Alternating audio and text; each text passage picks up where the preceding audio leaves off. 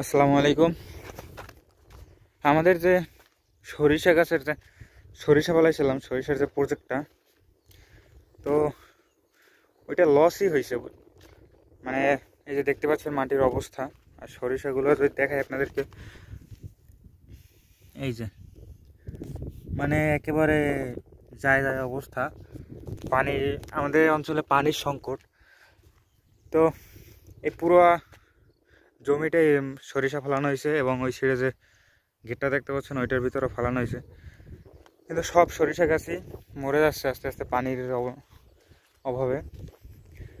আর এখানে কিছু কিছু তো নাই, কিছু কিছু গাছ বাইসে আছে, কিন্তু ওগুলোও মরে যাবে, লাল হয়ে গেছে। মোটামুটি গাছ ভালোই হয়েছিল, কিন্তু পানির জন্য গাছগুলো সব মারা গেল, আর পোকায় ধরছে এই গাছগুলো। মানে বলতে পারেন যে এই তারিখের যে সরিষার যে প্রজেক্টটা, এটা লস হয়েছে। তো এইটাই দেখাইতে চাইছিলাম।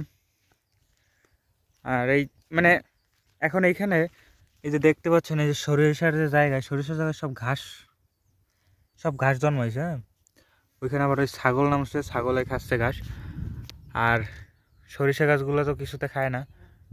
ও, এবার কিছু ফুল আসা শুরু করছে, কিন্তু কি আর করার, পানির অভাবে সরিষা গাছগুলো সব মারা গেল এবং লসও হইল।